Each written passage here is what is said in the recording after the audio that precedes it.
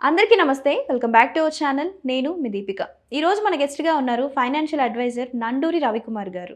నమస్తే అండి. నమస్తే. ఎలా ఉన్నారు సార్? ఫైన్ ఫైన్ అమ్మా. నువ్వు బాగున్నావా? బాగున్నానండి. యాక్చువల్‌గా ఇప్పుడు మనకి వార్ జరుగుతుంది.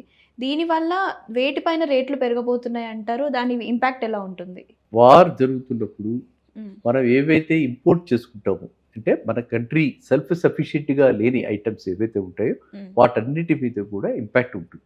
ఓకే. ఎన్ని రకరకాలుగా ఇంపాక్ట్ ఉంటుంది. డాలర్ డెప్రిషియేట్ అయింది కదా! హ్మ్. డాలర్ రేటు అంటే మన ఇండియన్ రూపీస్ విషయంలో చూస్తే ఒక డాలర్ ఇదివరకు 85 అలా ఉండేది. ఇప్పుడు 92, 93 దాకా కూడా వెళ్ళింది. ఓకే.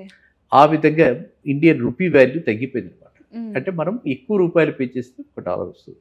హ్మ్. ఆ విధంగా మనం ఏవైతే ఇంపోర్ట్ చేస్తామో, సపోజ్ మనం ఇంపోర్ట్ చేసే ఐటమ్స్ ఏమిటి, ఇమ్మీడియట్‌గా మనకి ఇంపాక్ట్ చేసేవి. మనకి ఇమ్మీడియట్‌గా కావాల్సింది మనకి ఎల్‌పీజీ.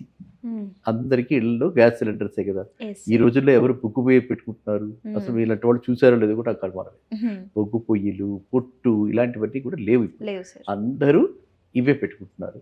మాక్సిమం ఏదో ఒకళ్ళో ఆరో ఎలక్ట్రిక్ స్టవ్స్ కూడా వాడుతుంటారు. ఇంకా గ్యాసే తక్కువ sir. Electric stoves, non sticks ఎక్కువ.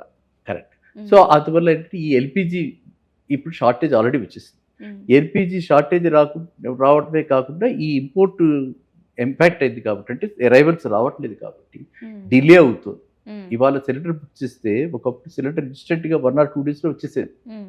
ఇవాళ మన హైదరాబాద్ పరిస్థితి చెప్తున్నా. హైదరాబాద్ ఇవాళ సిలిండర్ బుక్ చేస్తే 45 డేస్ అంటున్నారు. ఓహ్! అర్థమైందా?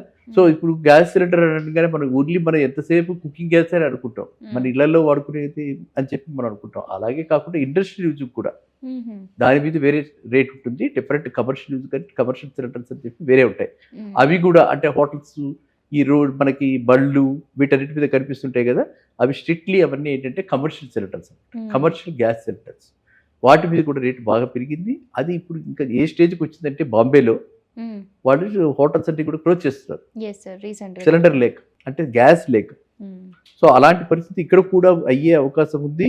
హ్మ్. అండ్ మనకి సోషల్ మీడియాలో న్యూస్ ప్రకారంగా చూస్తూ ఉంటే మనకి ఇక్కడ కూడా హోటల్స్ షార్ట్‌లీ హ్మ్. కొంత మేర దెబ్బతినే అవకాశం చాలా కనపడుతుంది. హ్మ్. రెస్ట్రిక్టెడ్ అవర్స్‌లో వర్క్ చేయొచ్చు.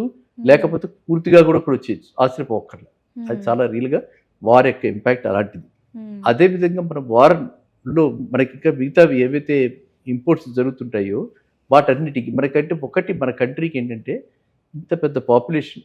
We are world's number 1 now. Yes sir. అయినప్పటికీ మనకి ఫుడ్ గ్రెయిన్స్ వరకు హ్మ్. సఫిషియెంట్‌గా ఉన్నాయి. ఫుడ్ గ్రెయిన్స్ మనమే ఎక్స్‌పోర్ట్ చేస్తుంటాం. అలాంటిది ఇప్పుడు ఎక్స్‌పోర్ట్స్ కూడా దెబ్బతిన్నాయి కాబట్టి, అంటే అసలు మీకు ఈ లాజిస్టిక్స్ అన్నీ కూడా దెబ్బతిన్నాయి. అర్థమైందా? ఇటు పక్కన సముద్రం తీరం నుంచి సముద్రాల్లో నుంచి వెళ్ళటంలా. అటు ఎయిరు దెబ్బతింది. హ్మ్. కాబట్టి ఇప్పుడు మీకు అంతటా కూడా మనకి ఫుడ్ వరకు మనకి లోటొచ్చే అవకాశాలు చాలా తక్కువున్నాయి. హ్మ్. ఇదే విధంగా కొంతకాలం కొనసాగితే ఇప్పుడు ఓన్లీ 10 రోజులేగా అయింది. హ్మ్. 10 రోజులకే మనం ఇంత ఇది పడుతున్నాం అన్నమాట. హంగామా ఆర్ద్రత పడుతున్నాం. మనం ఇంత కంగారు పడిపోతున్నాము. ఏమవుతుంది ఏంటో అని చెప్పి చెప్పలేం. అంటే హ్మ్. ప్రిపేర్డ్‌గా ఉండాలి. ఎందుకంటే వాళ్ళిద్దరిలో ఎవరు కూడా హ్మ్. విడిపు అన్నది కనిపించట్లే. ఇప్పుడిప్పుడే అవును. మనకి కాంప్రమైజ్ అయ్యేలా లేదు.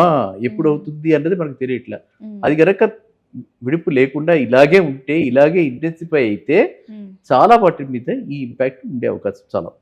ఓకే. అర్థమైందా? ఓకే. సో ఎక్స్‌పోర్ట్స్ తగ్గుతున్నాయి. హ్మ్. ఇంపోర్ట్స్ కష్టమవుతుంది. ఎక్కడెక్కడ కమర్షియల్ యాక్టివిటీ అంతా కూడా స్టాండ్ స్టిల్ అవుతుంది. అండ్ ఇది గ్యాస్ సిలిండర్స్ మన ఇలాగే కాకుండా ఇండస్ట్రియల్ యూజ్ అంటే మనకు కొన్ని కంపెనీలు గ్యాస్ మీద రన్ అవుతుంటాయి. హ్మ్. పెద్ద పెద్దవి పెట్టుకుని గ్యాస్ మీద వాళ్ళు ప్రొడక్షన్ చేస్తూ ఉంటారు. హ్మ్. ఎందుకు అంత కూడా ఎందుకు మనకు వెల్డింగ్ షాప్‌కి వెళ్ళినా కూడా గ్యాస్ తోటి వాడు వెల్డింగ్ చేస్తూ ఉంటాడు కదా! సో ఇంత చిన్న రోడ్ సైడ్ ఫ్యాబ్రికేటర్ దగ్గర నుంచి పెద్ద పెద్ద కమర్షియల్ ఎస్టాబ్లిష్మెంట్స్ దాకా అందరూ కూడా గ్యాస్ మీద డిపెండెంట్. హ్మ్. సో కాబట్టి గ్యాస్ మనకి చాలా ఇంపార్టెంట్. ఆ గ్యాస్ అన్నది మనకి దెబ్బతింటుంది. అదే విధంగా ఆయిల్, హ్మ్. Crude oil. క్రూడ్ ఆయిల్ మనం చూస్తే మొన్న ఐ థింక్ 118 దాకా వెళ్ళింది బ్యారెల్.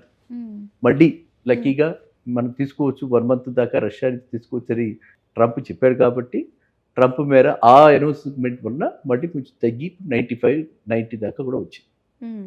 ఇవాళ అందుకే స్టాక్ మార్కెట్‌లో హ్మ్. మళ్ళీ అప్ మూవ్‌మెంట్ వచ్చింది. అవును. దానివల్ల. అవును. అంటే సో ఎంత ఇంపాక్ట్ ఉంటే ఇమ్మీడియేట్‌గా మనం రియాక్షన్ ఇక్కడ చూడగలుగుతాం స్టాక్ హ్మ్. మార్కెట్. హ్మ్. ఇది మనం గుర్తుపెట్టుకుంటే హ్మ్. మనకేంటిరా అంటే ఎప్పుడైనా సరే ఈ వార్ లైక్ సిట్యుయేషన్‌లో మనం మోస్ట్లీ డిపెండెంట్ వీటికి ఆయిల్ గ్యాస్. ఈ ఆయిల్ గ్యాస్ లేకుండా మనకి ఏ ఇండస్ట్రీ నడవదు, ఏ ఇల్లు నడవదు, ఏ యాక్టివిటీ ఉండదు. అవును సార్. మన ఇక్కడికి ఒక దగ్గర నుంచి ఒక దగ్గరికి వెళ్ళాలంటే మనకు పెట్రోల్ కావాలి, ఎస్. లేకపోతే డీజిల్ కావాలి, లేకపోతే సిఎన్జి కావాలి. అంతేగా ఇప్పుడు మనకి లక్కీగా కొన్ని ఈవీ వెహికల్స్ కూడా వస్తున్నాయి. Electrical vehicles. ఈవీ వెహికల్స్ వస్తున్నాయి. మనకి అదృష్టం ఏంటంటే గత 10 yearsలో మీ చిన్నప్పుడు మీరు చూస్తుంటారు బాగా అక్యూట్ పవర్ షార్టేజ్ ఉంది, పవర్ కట్స్ ఉండేవి. ఇప్పుడు మనకి పవర్ కట్స్ లేవు.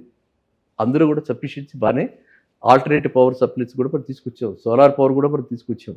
కాబట్టి ఇప్పుడు ప్రస్తుతం ఇదివరకటంత కష్టాలు మనం చవి చూడకపోయినా ఇట్లాంటివన్నీ కూడా మనం చూడబోతున్నాం. నెక్స్ట్ ఎప్పుడైతే గ్యాస్ లేదు లాక్డౌన్ ప్రకటిస్తారు. లాక్డౌన్ ప్రకటిస్తే ఎంప్లాయీస్కి జీతాలు ఉండవు, వాడు పే చేసే పరిస్థితిలోనే ఉండడు. సో ఎంత అల్లకల్లోలం కాబోతుంది అన్నది మనం అంటే అవ్వకూడదని ప్రార్థిద్దాం. అలాంటిది జరగకూడదని చెప్పి మనం అనుకుందాం.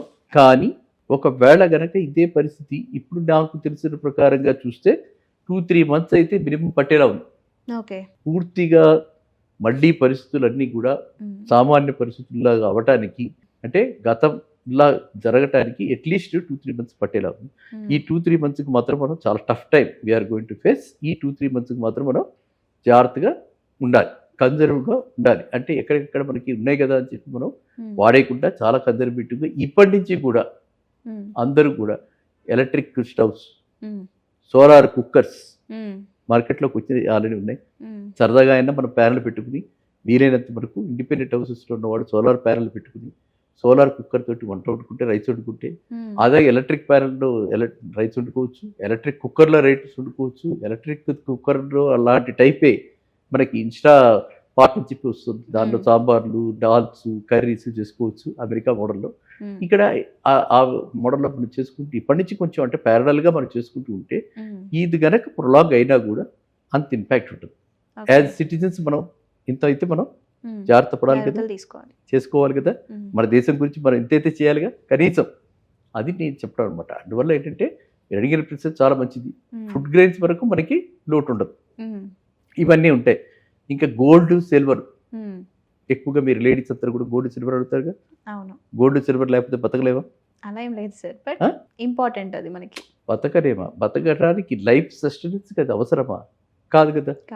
కాబట్టి మనం దేని మీద దృష్టి పెట్టాలి ఇలాంటి పరిస్థితుల్లో అంటే మామూలు నార్మల్ కండిషన్స్లో సాధారణ పరిస్థితుల్లో మనం ఆ విధంగా పెట్టుకుంటాం. కానీ ఇప్పుడు మాత్రం మెటల్స్, గోల్డ్, సిల్వర్ ఇవన్నీ ఆలోచించకూడదు. తగ్గచ్చు, తగ్గచ్చు. ఆ ఉద్దేశంలో గోల్డ్, సిల్వర్ తగ్గచ్చు. అలా అని చెప్పి దానిలో ఇన్వెస్ట్ చేసేసి మన దగ్గర ఉన్న డబ్బులు 4 డబ్బులు దానిలో ఖర్చు పెట్టేసేస్తే వెంటనే మనకి మళ్ళీ కావాలంటే కూడా దొరకదు. సో ఈ అనిశ్చిత పరిస్థితులు పోయేదాకా అత్యవసరమైనవి మనకి దైనందిన జీవితంలో కావాల్సిన వాటి మీద మాత్రమే మనం స్పెండ్ చేయాలి. ఓకేనా? Okay sir, thank you so much. Thank you.